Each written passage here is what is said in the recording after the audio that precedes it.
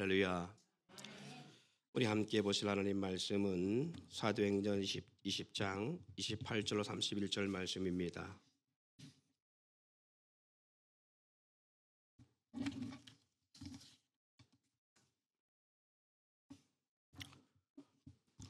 여러분은 자기를 위하여 또는 온 양떼를 위하여 삼가라. 성령이 그들 가운데 여러분을 감독자로 삼고 하나님이 자기 피로 사신 교회를 보살피게 하셨느니라.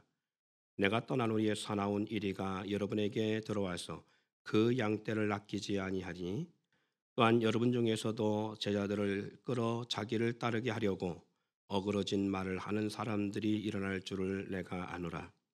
이러므로 여러분이 일깨어 내가 3년이나 밤낮 쉬지 않고 눈물로 각 사람을 훈계하던 것을 기억하라. 아멘.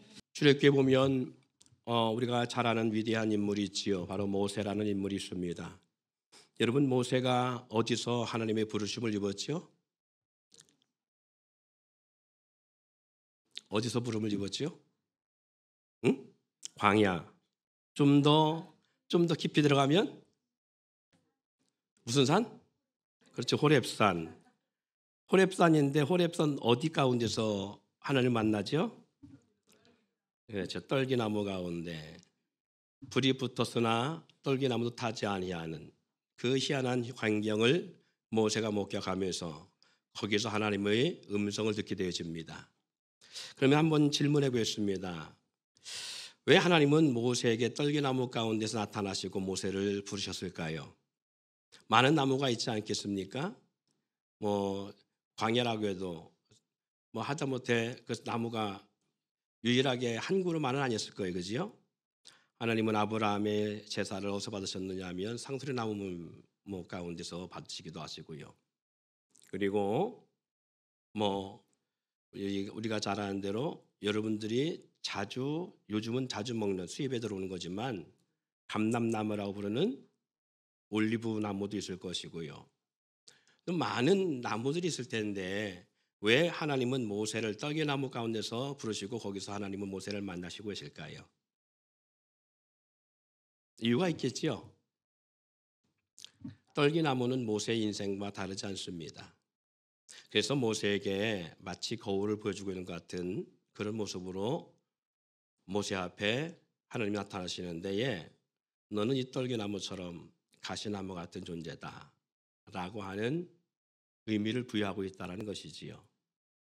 한번 생각해 보세요. 많은 사람들 가운데 성경에 보면 낙하산으로 이렇게 자리에 안착된 사람들이 많이 있습니다. 우리도 가끔 그런 좀 영광을 누리고 싶은 마음도 있잖아요. 말단 사원으로 시작하는 것이 아니라 내가 다닌 직장에서 누군가의 위에 있는 군으로 말미암아 낙하산처럼 뚝 하고 간부직으로 뚝 갈 수 있으면 얼마나 좋겠어요, 그지요? 네, 그런 걸 상상해 보는 분도 있을지 모르겠지만 저는 가끔 예전에 그런 생각을 해봤어요. 그래서 가끔 우리 부모님이 삼성그룹의 이건희 회장 이런 분은 어떻을까 이런 생각도 해보고 그런 걸 있잖아요. 생각이야 자유로우니까. 근데 성경 가운데 낙하산처럼 뚝 하고 이렇게 세운 분이 있는데 많은 사람 가운데 그 중에 한 사람이 바로 모세입니다. 모세는 출신이 어디예요? 그 출신적 족속이 어디예요? 히브리 민족이지요. 물론 에집트에서 살아가고 있습니다만은 에집트 고센 땅에 구별된 삶을 살고 있지만은 그럼에도 불구하고 모세는 히브리 족속이에요. 히브리인이라고 해요. 우리는 아시아권에 있지만 유럽 사람들은 일본, 중국 그리고 한국 사람은 잘 구분을 못한다고 그래요. 근데 우리는 어느 정도 구분이 되잖아요, 그죠? 네. 아무리 말을 잘해도 저쪽 동남아시아에서 왔어도요. 아무리 말을 잘해도 저 사람 한국 사람 같지 않은데 느낌이 딱 와요. 그런데 유럽 사람들은 동양 사람들을 구분을 전혀 못해요. 어디 나라 사람인지 구분을 못한다고 합니다. 그런데 그것처럼 에집트 사람은 알지요. 에집트 사람들은 모세가 그 모습을 봤을 때 어디 사람이다? 히브리 역사인 걸 알아요. 자, 그런데 봅시다. 우리가 잘 아는 대로 모세라는 인물이 어디에 나중에 들어가요? 어릴 때 파라오가 살고 있는 에집트의 왕궁에 들어가잖아요.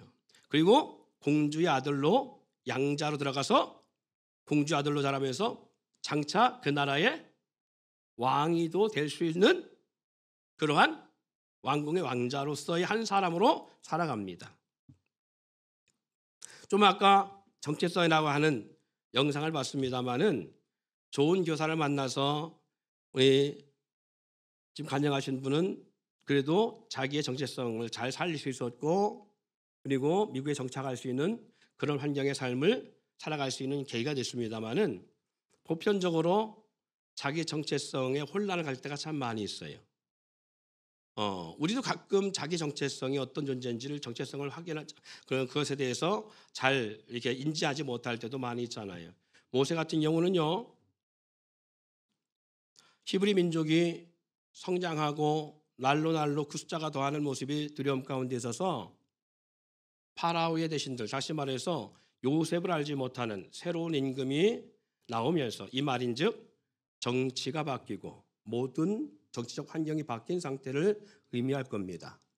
그래서 에집트에서 요셉이 행한 모든 그러한 에집트의 부흥과 그런 어떤 그 경제적 부흥 역사 모든 것을 이룬 것을 다 묵살해버리고 요셉의 모든 업적도 다 깎아버리고 오히려 반대적 우리 좀 정치를 보면 그렇잖아요. 정치가 바뀌면 이전에 했던 모든 공로가 다 말소되고 말살되잖아요. 마치 에집트에 그런 현상이 벌어진 거예요. 그러니까 한번 생각해 보자는 거지요. 왜 그랬을까 했을 때에 요셉과 함께했던 왕정을 갖고 있던 측의 반대파 사람들은 어떻게 하든지 그들을 깎아내야 되는 거예요. 그래서 그동안 이방 사람인데 애굽에서 총리가 된 거에 대한 이 불평과 불만이 얼마나 있었겠어요. 그러니까 에집트에서 정통 가운데서 총리가 아니라 히브리 민족 알지도 못하는 민족의 족속의 한 사람이 더구나 신분이 뭘 왔어요? 종으로 팔려왔었어요. 그리고 에집트에 감옥에 갇혔던 죄수였어요. 그런데 어느 날 왕의 선정, 왕의 손을 들어줌으로 말미암아 그 사람이 에집트의 총리가 되어지는 역사를 바라봤을 때에 이것에 대해서 눈꼴 사나워하는 에집트의 그 정통적 사람들이 얼마나 그를 미워했겠어요. 그러니까 판도가 팍 바뀌면서 사건이 싹 바뀌기 시작하는 거예요. 그 정치가 바뀌면서 에집트에 그동안 수백 년 동안 태평성대를 누렸던 이스라엘, 히브리 민족들 고센 땅에서 에집트와 동일한 에집트 국민과 동일한 권한과 동일한 시민권과 동일한 어떤 그런 대우를 받으며 살아갔던 히브리 민족이 확 바뀌기 시작합니다.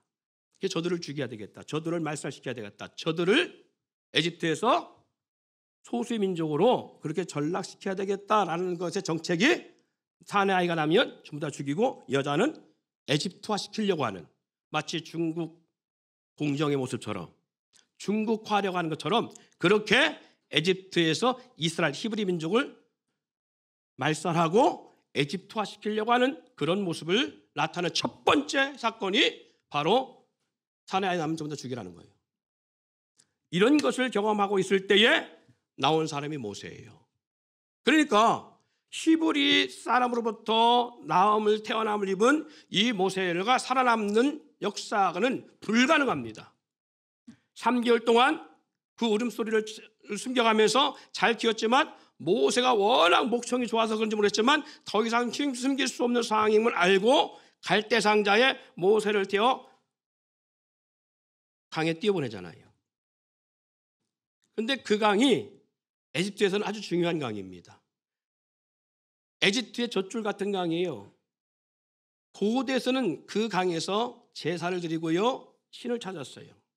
근데 그 강에서 그 악어가 있고 험한 그러한 짐승들이 있는 그 강에서 살아남아요. 어디까지? 파라오의 딸이 공주가 모욕하러 오는 그곳까지 살아서 와요. 열어보니까요, 악인데 성경에 출애굽기 보면 어디 악이다? 히브리 사람, 히브리 민족의 아이다 라고 하는 분명한 인지가 있습니다. 그러면 이 딸은 지금 이 아이를 걷어들일 수 있어 없어요? 근데 이거 놀라운 게 있잖아요. 한번 여러분 그 생각을 한번 해보세요. 히브리 사람이 아이예요. 그리고 바구니에 떠내려왔어요. 이 아이를 추적해 죽여야만 돼요. 왜? 아이를 살려놨으니까, 죽이지 않았으니까. 그런데 불구하고 이 공주는 그 아이를 품에 안고요, 자기의 양아들로 삼습니다. 근데 그 당시 때 히브리 사람의 모든 사내는 다 죽이라고 명령한 사람이 누구예요? 그의 아버지요. 근데 공주가 히브리 사람의 자식을 품고 양자 삼았을 때에 그 아버지는 왜 용납하고 있느냐? 이해돼요? 이해될 수 없는 사건이에요. 근데 그 이유가 분명히 있어요. 그럴 수밖에 없는 이유. 그것은 나중에 여러분과 함께 기회 남은 전하기로 하고요. 봅시다. 그런 가운데 그 누이가 미리암이 그 바구니가 떠내려가고 공주가 그 아이를 안는 역사까지 지켜봅니다. 그리고 달려가서 그 공주에게 유모를 제안합니다. 근데 누구예요? 그 유모가? 그렇지요. 모세를 친히 낳고 젖을 저 3개월 동안 키운 그 엄마요. 미리암이 행한 일에도 너무 귀한 일을 했어요. 자, 그 엄마를 갖다가 유모로 붙입니다. 그러면 적어도 저 때까지는 적어도 수년이 걸려요. 그래서 수년이 걸리는 가운데 모세의 정체성이 어떻게 됐겠냐고. 모세는요, 분명 히브리 사람입니다. 여러분도 마찬가지지만 서러움과 고통 가운데 있는 우리 어머니들, 우리 아내들의 모습을 보세요. 아내들이요, 남편과 관계가 소홀하면, 남편과 관계가 악화일로 가다든가 상처가 있으면요, 자녀들을 키우면서 그 자녀에게 자기의 한스러운 삶의 모습을 말해요, 안 해요? 우리 성도들은 안 할 거야. 네 아빠가 나를 이렇게 힘들게 했다는 게 아니라 네 아빠가 나를 괴롭히는데 하나님이 나에게 상처 주시려고 네 아빠를 통해서 했다. 이렇게 하면 아무도 없잖아, 그지? 아무도 없잖아요. 내가 사는 것은 니들 때문에 살아. 니들 때문에 사는데 나는 정말 이혼하고 싶어. 근데 니들 때문에 사는 거야. 그 자녀 입장에서 이런 일들은 얼마나 괴롭냐고. 예. 우리 엄마 안타까운 사람이고, 우리 엄마 불쌍한 사람이고, 이런 마음이 들잖아요. 예. 보세요. 모세를 안고 가슴에서 품고 유모로서 젖을 먹이며 키우면서 양엄마보다 친엄마가 더 오랜 시간 함께하고 있잖아요, 어릴 때. 그러면 그 아이가 알아들을 만하고 귀가 열리고 그 음성을 들을 만하면서 어머니로부터 받고 있는 교육이 뭐냐고. 히브리 교육이에요. 여호와에 대한 기억이에요. 그리고 뭐에 대한 거예요? 아브라함, 이삭과 야곱의 약속한 그 언약의 역사를 가르치고 있는 거예요. 이 아이가 에집트에 자랍니다. 그런데 보세요, 거기는 공주가 하나밖에 없었을까요? 많은 공주의 또 자녀들이 있을 거예요. 뿐만 아니라 어쨌든 간에 왕자들이 하나뿐이냐고요? 아니잖아요. 우리가 그 영상에서는 단 둘밖에 없습니다. 투토모세와 그리고 모세, 둘밖에 없는 것 같이 보입니다만은, 그러나 대부분 황제, 왕권 속에는요, 누가 어떻게 될지 모르니까 많은 왕자들을 생산해내고 함께 해요. 그럴 때에 다른 사람들은 다 정통성이에요. 다 에집트 사람이에요. 근데 유일하게 모세만 어디 사람이다? 히브리 사람이에요. 특혜. 그러니 아까 얘기했습니다마는 갑자기 누군가에 의해서, 권력에 의해서 낙하산으로 뚝 떨어지면요, 처음에는 저가 누구야? 저 사람 누군데? 아니 말단 사원에서 시작하지 않냐고, 대리에서부터 시작해? 이렇게 할 수 있어요. 근데 조금 지나잖아요. 그러면 그 사람에 대해서 예의주시하면서 계속 알턴이처럼 부딪혀요. 이 사람에 대한 부정적 시각이 있고요. 계속 그러다 보면 왕따가 되는 경우가 너무 많아요. 사랑하는 성도 여러분, 한번 생각해 보자고요. 모세가 왕궁에서 왕솔들과 함께 생활하며, 왕의 식구들과 함께 생활하면서 얼마나 많은 이질적 차이를 느꼈겠냐고요. 나는 누구요? 히브리 사람이요. 히브리 사람으로서 40세가 되어져서 그가 자기의 권한을 내세우기까지 얼마나 많은 그가 받았을 서러움과 아픔과 고초, 그리고 내 민족에 대한 서러움, 내 민족에 대한 안타까움, 울분, 어릴 때부터 어머니로부터 봤던 그 교육 속에 나타나는 그것이 얼마나 그 마음속에 있었겠냐고요. 조금만 책만 잡히면 반드시 도려내려고 하는 많은 왕자들 가운데 왕자의 난 같은 모습이 그 가운데 없었겠느냐? 있었겠지요. 왕따를 경험해본 사람은 그 자리가 얼마나 싫고 원망스러운 자리인 줄 압니다. 그러나 그것도 쉽게 버릴 수 없는 거잖아요. 내가 함부로 하면 내 부모가 살고 있는 저 고센 땅은 피바다가 될 수도 있어요. 함부로 할 수도 없는 거예요.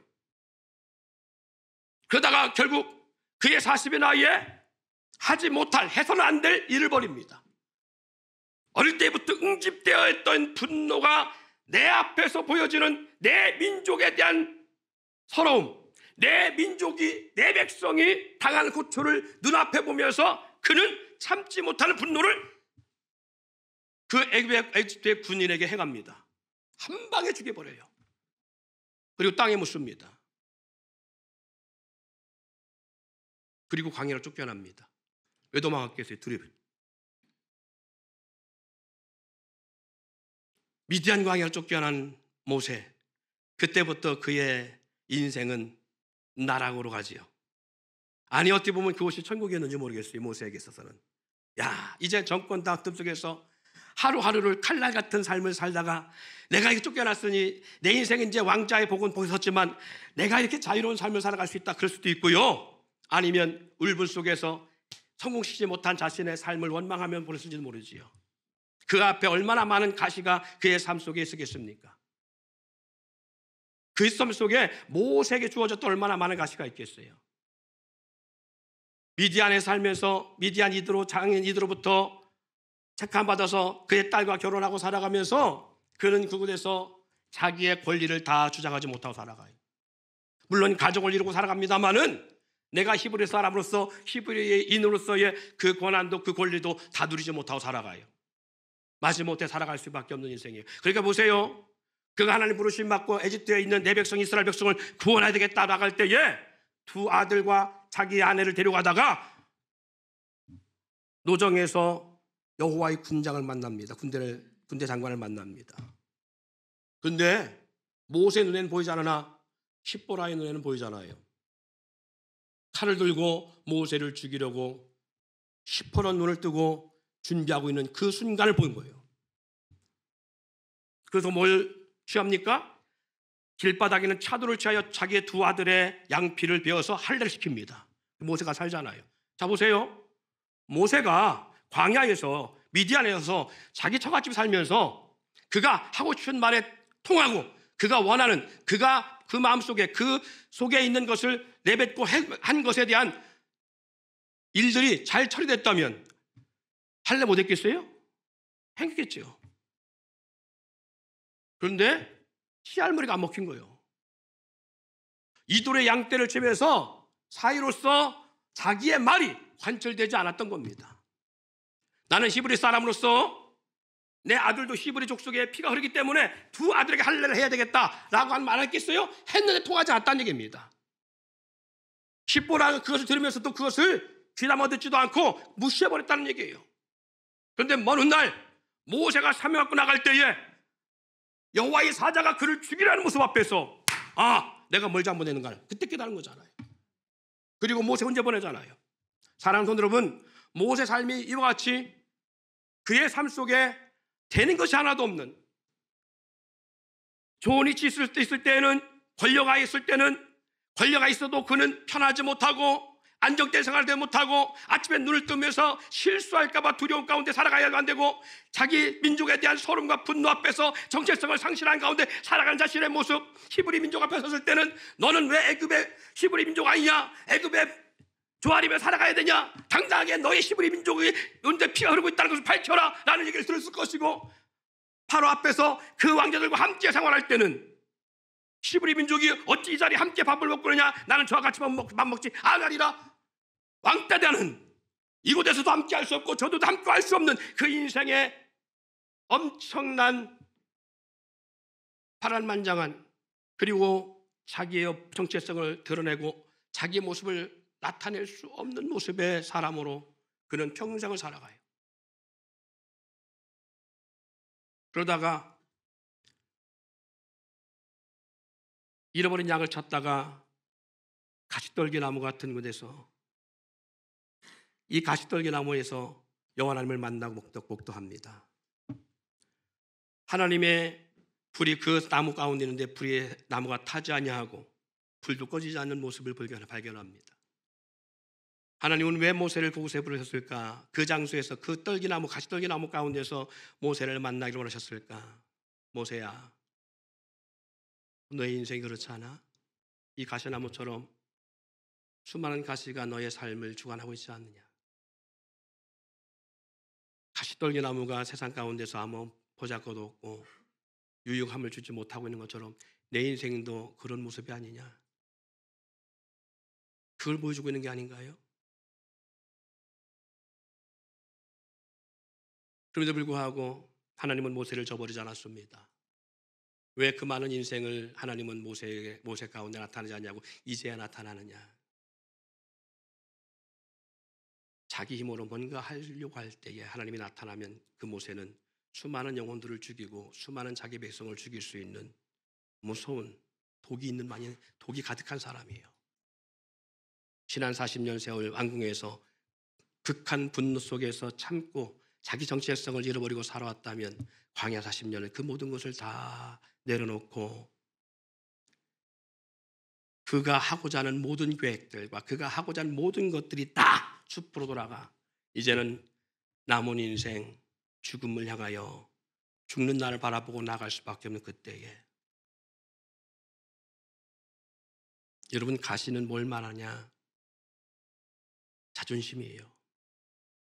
수많은 자존심들, 상처로 얼룩진 수많은 자존심들, 남이 알아주지도 않는 그 자존심들을 내세워가며 우리 얼마나 그렇게 돼 있어요. 그 자존심 때문에 우리는 나를 죽이는 삶을 살아갑니다. 자존감이 무너진 사람에게 나타나는 자존심밖에 없어요. 누가 좀 한마디 하면 분노하고 자기 스스로 자기 인격 앞에 자기 존재 앞에 스스로 무너지고 자존심이 강하다 보니까 누가 무슨 충고하면 듣지도 아니하고 그것에 대해서 고가워하고 미안하다는 소리 못하고 죄송하다는 소리 못하고 사랑한다는 소리도 제대로 못하고 자기 속에 있는 것을 드러내지 못하는 그 본질적으로 딱딱한 마치 뭐같이 시든 나무 같은 모습. 여러분 시든 나무 좀 보여주실래요? 광야에서 사용하는 시든 나무가 여러분 좀 있을 거예요. 광야라고 써있는 시든 나무 보세요. 저기 시든 나무입니다. 근데 저 험악한 아무것도 없는 저 광야에서 시든 나무 한 그루 딱 써 있어요. 자, 시든 나무 1이라고 쓰는 것 좀 보여주세요. 저게 시든 나무를 근접해 보면 저렇게 앙상하고 보잘것 없고 볼품 없고 사람이 접근하기에 불편한 나무입니다. 시든 나무 가지를 좀 더 보여주실래요? 예, 뭐예요?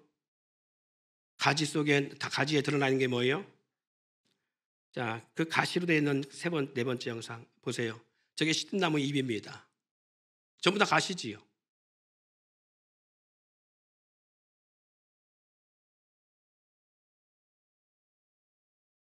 지민아, 토요일 날 일찍 자. 이게 무슨 나무라고?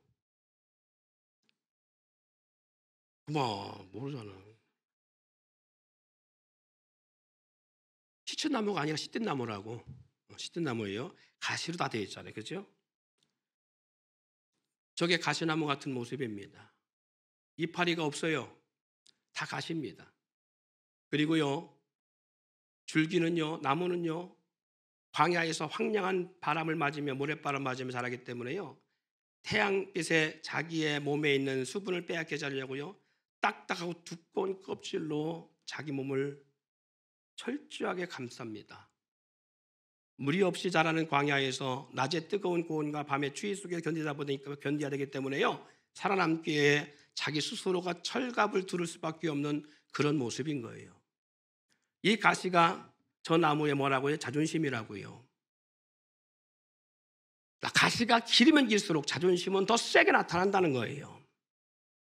사람도 당내하지 아니하고 누구도 알아주지 아니하고 황량한 가운데 그 험한 덜벌판에 떨렁너져 있어요. 우리나라처럼 산이라도 많으면 바람을 막아주지만 황량한 광야는 그렇지가 않아요. 그래서 골바람 위에서 엄청난 시련의 바람이 불어닥칠 때에 해가 넘어가고 온도가 떨어지기 시작하면 급격하게 부르는 그 찬바람이 저 나무를 사주없이 때립니다.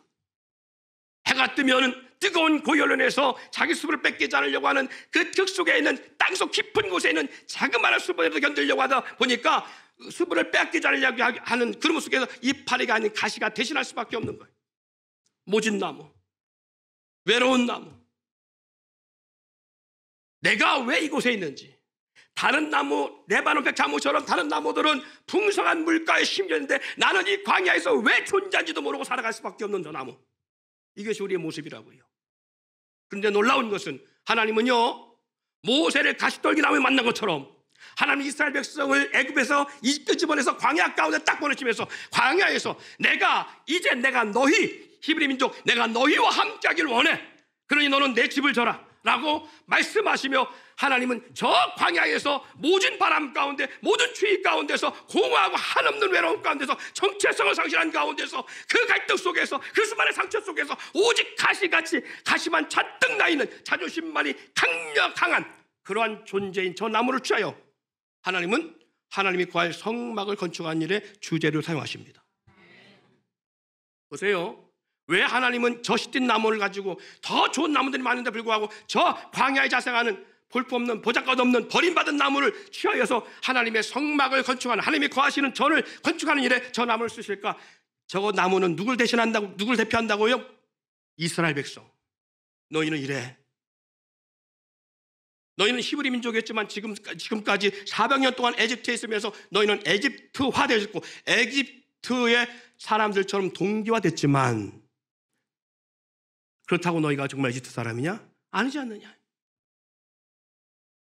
그렇다고 너희가 히브리 민족이라고 히브리 민족 아브라함, 이삭, 야곱의 피가 흐른다고 히브리 민족을 말하지만 너희는 히브리 민족의 사고가 있느냐? 없지 않느냐는 거예요. 여러분 한번 물어봅시다. 여러분은 세상 사람이 하나님의 사람이에요. 인정합니까? 그럼 여러분 자신을 보세요. 여러분 하나님의 사람으로 살아가고 있는지 아니면 세상 사람처럼 살아가고 있는지. 안 믿는 사람과 다른 게 뭐 있어요?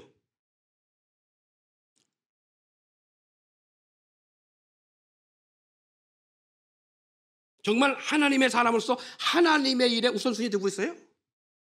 하나님의 일을 하면 내 모든 것들을 내 목숨을 내놓고 있을 만큼 하나님의 일에 내 우선순위 두고 여러분 정체성이 하나님의 사람을 온전히 살아가고 있는지 아니면 세상 사람과 동일하게 돈 없으면 근심하고 돈 때문에 짜증나고 돈 때문에 좌절하고 돈 때문에 불행하다 생각하고 재물 얻으려고 주시는 분이 하나님이신데 그 하나 앞에 나오기보다는 우리가 세상 사람들과 동일하게 살아가는 거 아니에요?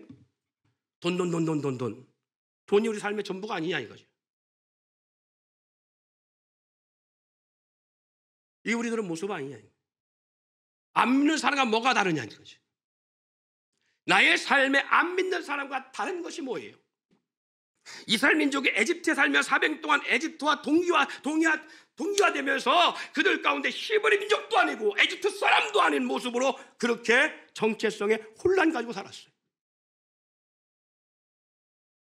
그래서 광야에서 그들이 에집트의 모든 고난과 역경을 견디고 광야 와서 섰을 때에 너희는 이 시딘 나무처럼 이런 인생이었어.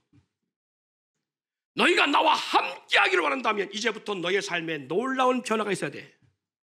그것은 뽑혀지고 잘려지고 깎여지고 다듬어지고 그리고 펴지는 역사를 경험하고 사포로 문질려지고 불 가운데 지나가서 표지화되고 그리고 거기에 은과 놋과 금이 씌워져야 비로소 너희가 시딘 나무가 아니라 조각목으로서 나와 함께하는 내 백성 그리고 내가 너희와 함께하는 성전의 기능을 가지고 살아갈 수 있을 거야.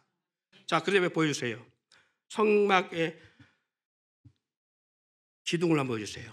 자, 저기 보면 저게 아니요 바깥 기둥. 예, 저 기둥입니다. 저기 시딘 나무로 만든 기둥인데 저기에다가 겉에는 노를 씌우고 위에는 봉은 은을 씌운 거예요. 그리고 놋받침을 했지요. 뿌리가 아니라 이제는 뭐예요? 반석 위에 세운 기둥처럼 놋받침을 하고 있습니다. 여러분 성막 공부를 이제 앞으로 할 거예요. 할 때 이 자세가 나옵니다. 넘겨주세요. 그다음 자 이제 기둥들 60개 기둥이 동서남북으로 쫙 진열하고 있습니다. 저 기둥들에 의해서 이제 성막이 세워지기 시작합니다. 그 안에 성소와 지성소가 세워져요. 근데 저 기둥들이 전부 다 본질의 바탕은 무엇이 됐다고요? 조각목, 시띠나무를 취해서 얻은 거라고요. 저것을 시띠나무를 아까 볼품없는 그 나무를 잘라 와서 제목을 만들기 위해서 껍데기를 벗기고 가지를 쳐버리고 모든 가시가 돋은 가시를 쳐버리고 그리고 반듯하게 만들어서 톱으로 쳐서 저렇게 기둥을 만든 후에 놋을 세우고 은봉을 세우고 밑 받침을 놋받침으로 세워서 60개의 기둥을 세우는 일에 저 시띠나무가 쓰여지는 거예요. 자, 그 다음에 좀 아까 보였던 저 보세요. 이제 널판을 만들어서 앞에는 기둥이고 좌우에는 전부 다 뭐예요? 널판을 만들어서 촘촘하게 벽을 세운 거지요. 이 전부 다 시띠나무로 만든 겁니다. 그리고 저기다 뭘 발랐다? 금으로 세운 거예요. 금으로. 뭐가 보이지 않아요? 시띠나무의 본연의 모습이 보이지 않아요. 근데 그 속에는 뭐가 있다? 어떤 인성? 시띠나무의 인성이 있다. 그러나 그 위에 하나님의 신성인 금으로 씌우고 노수로 씌우고 은으로 씌우는 거예요. 그래야만이 비로소 뭐가 되어져가요? 여호와의 전이 되어져가는 거예요. 시띠나무로서 그대로 그 두꺼운 껍질을 철갑처럼 두르고 있으면 성전으로 세워질 수 있다 없다? 없다. 정말 가시돋친 시띠나무의 모습으로서 하나님의 성전이 될 수 있다 없다? 없다. 사랑하는 성도 여러분, 이게 시띠나무로 통하여 성막이 되어지는 과정입니다. 자, 사랑하는 성도 여러분, 교회가 뭐냐? 교회는 두 가지라고 했지요. 무형적 교회와 유형적 교회. 유형적 교회는 눈에 보이는 교회입니다. 눈에 보이는 교회입니다. 무형적 교회는 눈에 보이지 않는 교회라고 했어요. 그렇죠? 그러면 무형적 교회는 성도를 말하는데 성도가 없는 예배당은 교회가 될 수 있다 없다? 없다라고 말씀했어요. 그러면 성도는 뭐냐? 하나님의 성령이 거하는 하나님의 사람들을 말하는 거예요. 여러분, 왜 이스라엘 히브리 민족에게 저 시딘 나무를 통해서 하나님의 성막을 건축하는 주제를 사용했다고요? 너희는 그런 인생이야. 세상 가운데 버림받고 존귀하지 않으며 세상 사람들이 알아주지 아니하며 버림받은 인생이며 물이 없는 가란 거 자랐기 때문에 가란 나무이듯이 너희 인생은 가람 가운데 갈증 속에 있어. 사랑의 정에 줄이고요. 사랑에 목말라하고요. 애정 결핍으로 가득한 인생이에요. 그래서 보니까 그 애정 결핍으로 오는 수많은 가시들이 있어요. 불만 보면 달려드는 분화방처럼 밤만 되면 뛰어다니는 아이들이 있고요. 사람들이 있고요. 자기 정체성은 없는 거예요. 이 시간에 와서 예배하고 찬양하고 있지만 이 시간 딱 문 밖에 나가서부터 한 주간 살아갈 때는 분화비처럼 불만 다 보면 달려나가는 사람 인생들처럼 그렇게 세상 속에서 방황하는 인생이 있어요. 그렇지 않나요? 그런가 하면 애정 결핍의 또 다른 가시들이 뭐예요? 또 다른 그런 자신의 본성이 뭐예요? 목마름이잖아요. 그 목마름으로 채우기 위해서 어떻게 하든지 사랑에 관심 받으려고요. 수많은 사람들 앞에 관심거리 되려고 몸부림치잖아요. 자기의 삶을 잃어가면서 유튜브를 통해서 쇼트 영상을 통해서 자신을 드러내려고 하는 몸부림이 있어요. 어떤 친구들은 자기를 자의하면서 그것을 유튜브에 올리고 그것에 인기를 얻기 위해서 자기 생명의 위협감을 느낀지도 모르고 그렇게 사람들에게 자신의 자의하는 모습을 보여줘요. 어떤 친구들은 술을 얼마나 많이 먹는지 그것을 갖다 찍어갖고 술병까지 보여주면서 자기의 삶을 그렇게 보여주려고 해요. 그리고 좋아요를 하나를 더 눌러받기 위해서 그 몸부림을 치고 있다는 얘기예요. 어떤 사람은 도박으로, 어떤 사람은 술 중독으로, 어떤 사람은 담배로, 어떤 사람은 쇼핑 중독으로 빠지는 거예요. 자기 갈증을 해소하기 위해서 나타난 이 가시들의 형상의 모습들입니다. 하나님의 사람이라고 말하면서 하나님의 사람답지 못한 우리 세상 사람보다 더 인격적인 손상함을 입고 그렇게 살아가는 사람들이 얼마나 많아요. 내가 누군지 모르는 거예요. 내가 하나님의 사람인데 불구하고 너는 내가 너를 지명하게 불렀다. 아까 우리가 본문의 말씀인 것처럼 하나님이 자기 피로 산 교회라고 말하는데, 하나님이 자기 피로 산 교회라는 것은 하나님이 당신의 아들 독생자를 십자가에 박아 죽일 만큼 그 죽이고서 우리를 얻은 거잖아요. 우리가 그렇게 하나님의 자녀되고 교회가 되었다고요. 그런데 이 교회의 모습이 아니라 우리는 세상 사람보다 더 망가진 모습으로 살아가요. 이렇게 살아가면서요, 어릴 때부터 부모로부터 사랑을 받고 부모의 그 화평한 부모의 행복함을 통해 자녀가 성장하고 성숙하면서 인격이 형성되어지고, 그리고 자존감이 회복되는 건데요, 자존감이 온전하게 세워지는 건데, 부모의 엄마 아빠의 이 행복한 모습이 아니라 다투는 모습을 보면서 나는 인생의 불행한 인생이고 내가 이 집에 태어난 것이 나는 원망스럽고 후회스럽다라는 이 분노와 그리고 이 불행의 이 감지된 모습, 이것이 우리 살아가는 인생의 모습이에요. 그러다 보니까요, 여자친구 하나 만나기, 남자친구 하나 만나기 위해서 몸부림을 쳐요. 심지어는요, 부모 주머니에 돈을 훔쳐가서라도 이성 살려고 몸부림치고요.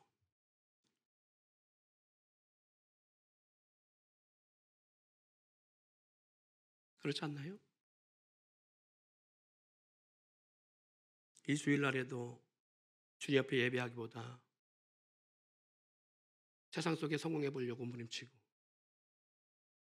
좀 더 나의 삶에 이 답답한 마음, 이 갈증 섞인 마음, 이 공허한 마음을 채우려고 이 주일에도 일하라고 하고요. 그래서 그 돈 벌어갖고 뭐하게? 그 돈 벌어갖고 온전하게 쓴 사람 아무도 못 봤어.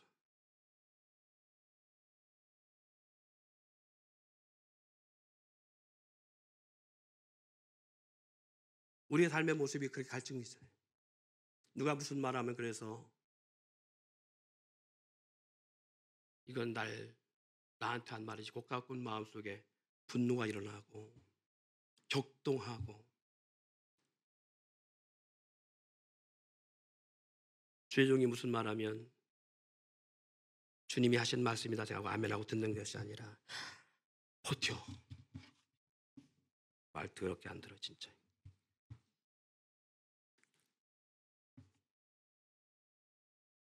참 말 안 들어, 그죠?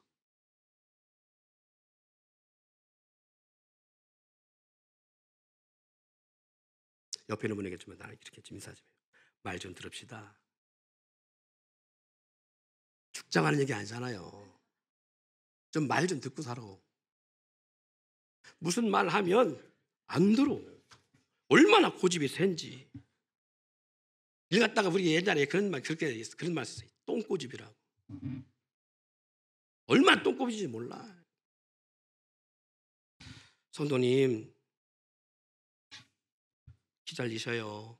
모셔 드릴게요. 그러면 예, 목사님 감사해요. 아이고, 목사님이 하나님 같은 분이 저를 이렇게 해준다니 하나님의 은혜를 받겠습니다. 이거 얼마나 좋냐고. 아니요, 버스 타고 갈 거예요. 택시 타고 갈 거예요. 아니, 그 택시비 나를 주라니까. 그냥 차라리 택시 타고 가지 말고 그 택시비를 나를 주라고.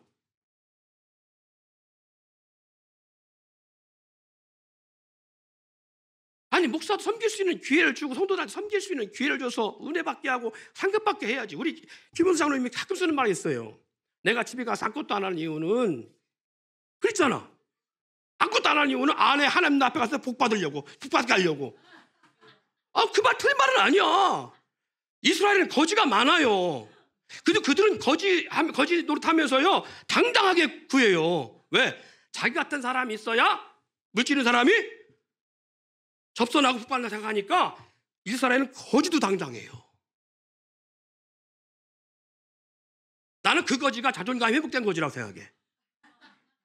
그런데 얼마나 자존심이 센지, 무슨 말하면 들어야지. 안 들어. 그럼 뭐 좀 합시다. 그러면 그래도 우리 시성세대는 좀 듣는데 젊은 세대들은 아니요, 전 아직 준비도 안 됐고요. 아직 멀었어요. 저는 하고 싶지 않아요. 어떻게 우리는 그렇게 못해. 목사님 뭐 시키면 예, 아유 그래 못하는데 시켜볼게요. 이게 아니라 자기가 하고 싶을 때, 자기 하고 싶을 때. 내가 그러면서 아직도 시든 나무네. 아직도 광야에서 자생하면 시든 나무네. 제 속으로 그래요. 시든 나무요. 보세요. 시든 나무로 있으면 하나님의 임재가 없다니까. 하나님의 임재가 있는 곳에 있어야 그곳에 뭐가 있다? 반석에 물이 있고요. 낮에는 구름과 밤에 불기둥에 보호하심이 있어요. 하나님의 임재가 있는 곳이 있어야 날마다 만나를 경험하는 삶을 살아요. 그런데 하나님의 임재가 없는 광야 가운데 나가면 독사와 전갈이 있다고요. 제가 몇 주 전에 보였잖아요. 그 영상. 독사와 전갈이 있는 모습 보였잖아요.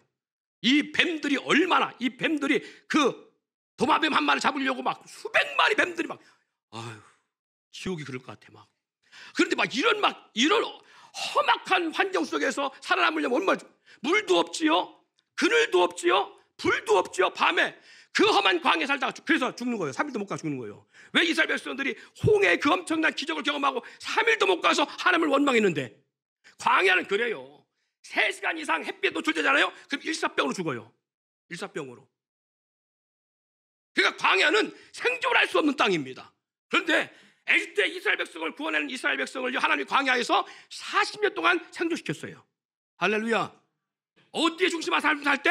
하나님의 임재가 나타나는 성막 중심한 삶을 살 때. 할렐루야. 여러분 탕자의 비로 보세요. 아버지와 함께한 아들은요, 아버지에 대한 아버지의 은혜는 기억지 못하고 살아갈지 모르겠지만 편안한 삶을 살았어. 고생 안 당했다고, 고통 안 받았다고, 극한 환경의 어려움을 안 당하고 있다고. 그런데 나는 아버지 곁에 있는 게 싫어. 내가 아버지 여간 밑에서 아버지 밑에서 자라가는 게 나 싫어. 난 아버지의 품 안을 떠날 거야. 난 내 맘대로 살아볼 거야 하고 떠난 둘째 아들은 아버지부터 받은 모든 유산을 가지고 나갔지만 그것도 보호하지 못하고 다 탕진하고, 심지어는 돼지가 먹는 쥐엄나무 열매도 누가 주지 않아서 호통하는 시간을 살잖아요. 얼마나 비극적이고 절망적이었으면 그 아들이 그렇게 고백할까요? 우리 집에 아버지 곁에는 많은 종들이 있는데 그 종들마저도 내 아버지의 사랑 때문에 풍요롭게 살아가고 있는데 나는 이곳에서 개고생하는구나. 내가 이제 아버지 집에 가서 나는 아버지 아들의 체감을 거절하고 내가 차라리 종의 신부 들어가도 살아야 되겠다. 아버지 밑에 있는 게 그나마 이것보다 훨씬 나으니까. 그러고 회개하고 돌아가잖아.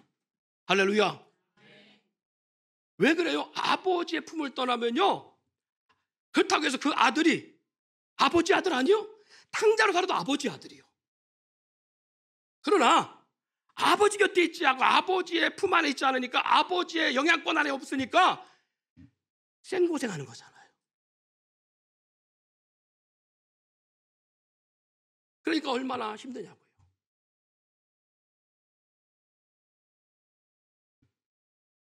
여러분, 이 성도라고 하는 것은 하나님의 핏값으로 세움을 입었고요, 성령 하나님의 임재가 드러나는 곳이에요. 성령 하나님이 함께하는 사람을 성도라고 말하는 거예요. 그리고 그럼 성령 하나님 우리 가운데 뭘 원하시느냐? 하나님의 뜻을 이루기 위해서 성령으로 함께 하시는 거예요. 이게 성도라겠잖아요. 그럼 하나님의 뜻이 뭐냐? 하나님의 뜻은 아까 말한 것처럼 가시떨기 나무에서 하나님이 모세를 부르는 것처럼 이 광야에서 시딘 나무처럼 같은 인생 가운데서 시딘 나무를 통해서 그들의 인생의 모습을 보여주고 있는 것처럼 우리 인생이 그래요. 다 제각기 사람으로 와 있잖아요. 그래서 나의 정체성이 없잖아요. 내가 정말 하나님의 사람인지 세상 사람인지, 내 육의 아버지와 하나님 아버지와 이 정체성 자체도 헷갈리는 사람으로 우리가 살아가고 있잖아요.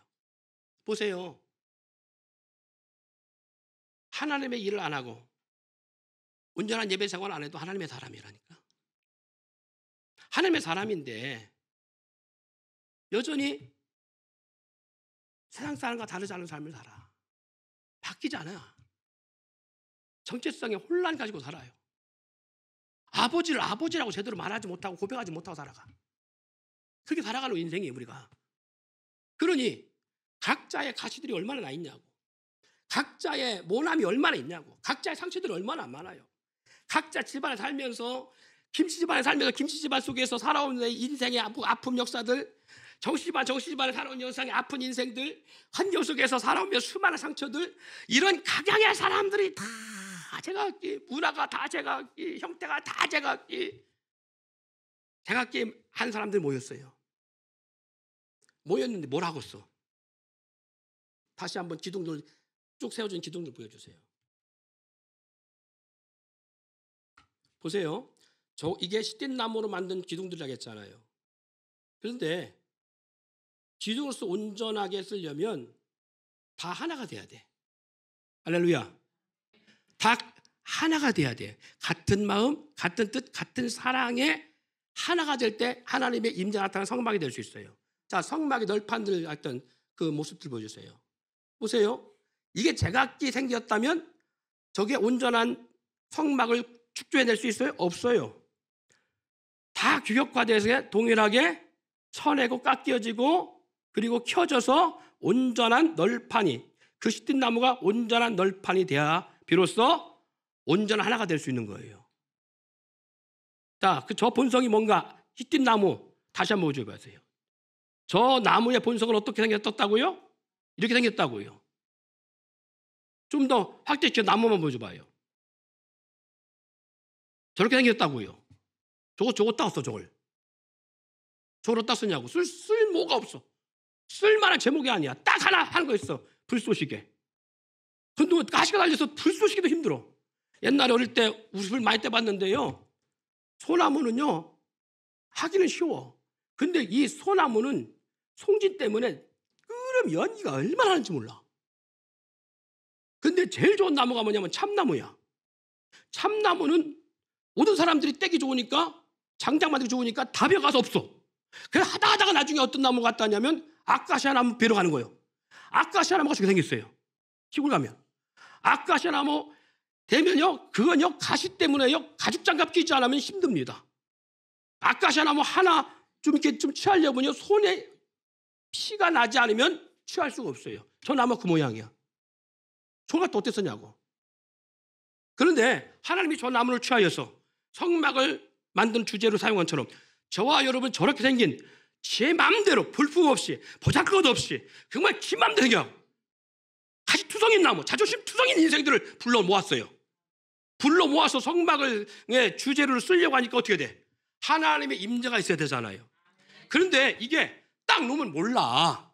하나가 딱 놓으면 모른다니까. 근데 저 나무를 취하여서 수많은 일꾼들의 나무를 취하여서 쌓아놓으니까 옆에 막 가시가 와 나 찔르고 저 찔릴 거 아니냐고. 처음에 찔리잖아요.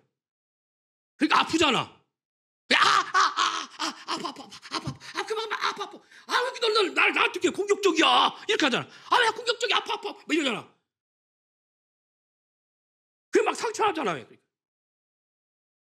근데 옆에 나무가 내가 막 그러니까 뭐래? 너도 그래 이렇게 하는 거야. 너도 찔렀잖아. 내가 언제 찔렀어? 너도 나 사정 찔렀거든.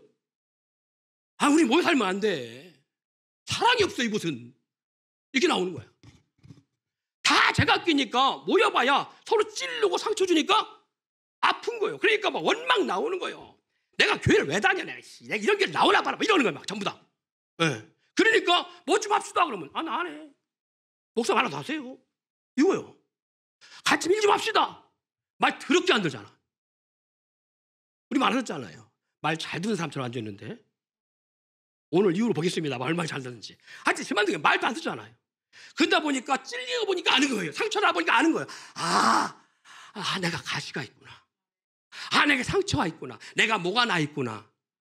처음에는 원망 불평하다가 어느 순간 보니까 왜 나만 찔리지? 이런 생각을 하는 거예요. 왜 나만 부딪히지? 하나 보니까 어느 순간 이 문제를 고민하다 보니까 나도 가시 나 있구나. 상대방의 가시를 보니까 내 가시가 보이는 거고 상대방의 딱딱한 껍질에 부딪히다 보니까 나만의 아성이 보이는 거예요. 하나님의 성령이 역사하면서 그래서 어떻게 마음을 드냐? 하나님의 성령이 우리 가운데 역사하시면서 같은 마음, 같은 뜻, 같은 사랑을 품게 하시는 데에 어떻게 하시느냐? 성령이 너희 가운데서 너희 안에 행하시는 이는 하나님의 신이 자기 기쁘신 뜻을 위하여 너희 가운데 소원을 두고 행하는데 모든 일에 원망과 시비가 없이 하라 라고 말씀한 것처럼 서로 원망과 시비가 없이 하기 위해서 하나님께서는 우리를 시띠나무에서 조각목으로 박권하기 시작하는 거예요. 할렐루야. 이게 성령의 사역이에요. 성령에서 어디서 공동체 안에서 왜 모이게 하느냐? 모이다 보니까 부딪히고 깨지는 거예요. 모이다 보니까 서로 상처받는 거예요. 상처받다 보니까 상대방의 상처를 보면서 내 상처도 보이고. 그래서 교회 안에서는 교제해야 돼요.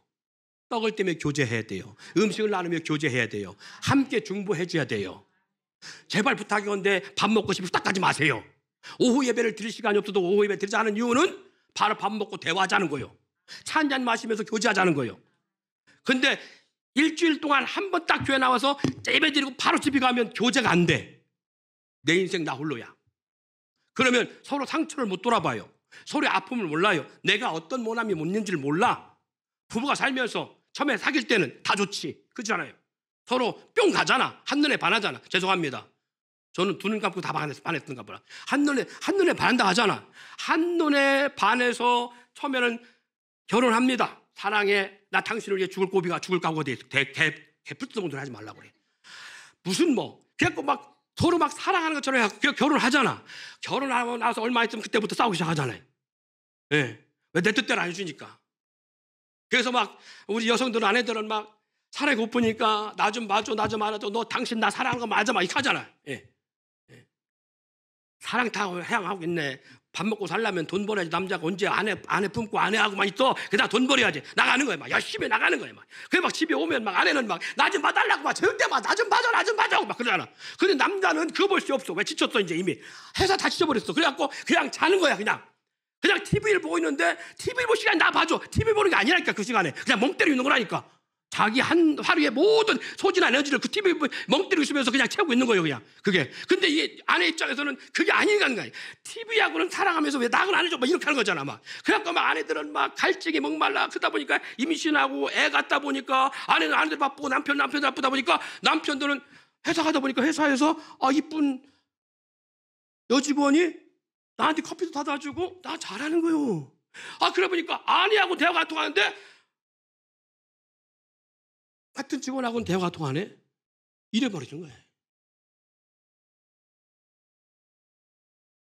제가 소설 잘 쓰죠. 이렇게 한다고요. 그러니까 남편은 아내로부터 받아야 될 또 사랑을 회사에서 엉뚱한 데서 취하고 있고요. 아내는 아내대로 병대로 살아가고 있는 거예요.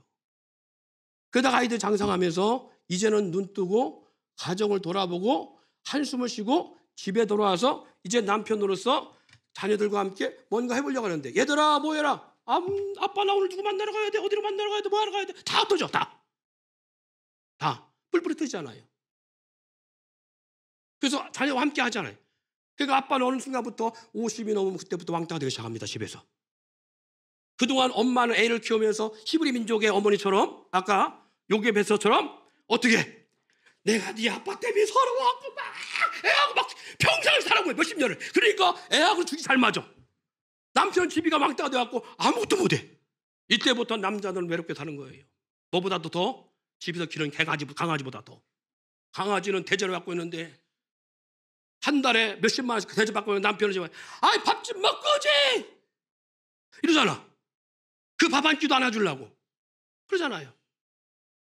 네. 이게 우리 인생살이 아니냐고요. 이게. 그러니까 대화가 없어졌어. 이미 대화가 식어졌어요. 그리고 나서 대화하려니까 대화 돼요? 여보 앉아봐. 대화 좀 합시다. 대화가 안 되는 거예요. 이 밥상머리 대화가 돼야 되는데 이미 밥상도 없었다니까 밥상머리 대화가 안 되는 거예요. 근데 그런 아빠가 어느 날 은혜 받기 시작해서 얘들아 그래도 교회생활 해야지. 열심히 해야지. 말 통하냐고. 안 통하지요. 평생 남편에 대한 것만 자녀들한테 원망 아픔 속에 막 이해했던 엄마가 어느 날 갑자기 은혜 받고 얘들아 우리 믿음 생활 잘해야지. 열심히 해야지. 그게 통하냐고. 안 통한다고요. 애들은 이미 커가지고요. 지 생각대로 살아가고 있는 거예요. 지민아 네 인생도 멀지 않았다 그런 날이. 고은아 너도 마찬가지다. 아마 니들 태준이도 마찬가지고 다 자녀들 태훈이도 마찬가지지만 나는 우리 엄마 아빠 같이 살지 않을 거야. 더 못 살 수도 있어. 더 형편없을 수도 있어. 내가 장담하면 더 형편없을 수도 있어. 뭐 하면? 하나님의 사랑 안에서 온전하게 여러분 인격이 회복되지 않으면 부모보다 더 악한 환경의 삶을 살아갈 수 있어요. 저도 장담했다니까. 나는 우리 아버지처럼 살지 않으리라. 나는 우리 부모처럼 살지 않으리라. 장담했다니까요. 그런데요, 내가 바뀌지 않으면 쉽게 바뀌지 않아요. 환경이 바뀌지 않다니까. 네, 그래서 힘주어 말씀드리는 거예요. 여러분 부탁하건대 하나님 안에서 변화되는 삶을 살아요.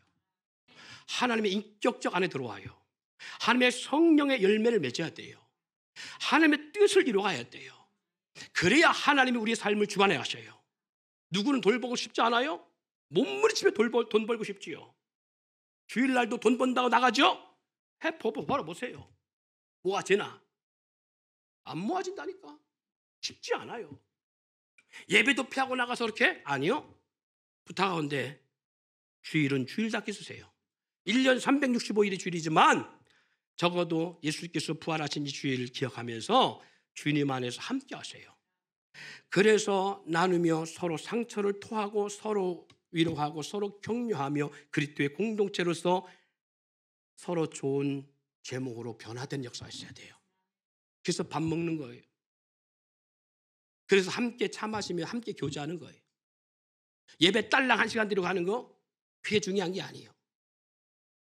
저도 설교 20분만 하고 싶어요. 그런데 일주일에 한 번 와갖고 이 시간 어떻게 하든지 하나를 더 주가 이 마음속에 집어넣지 않으면 안 되니까 하다 보니까 설교를 징그럽게 오래 해. 저로 하여금 딱 20분만 할 수 있는 기회를 주세요.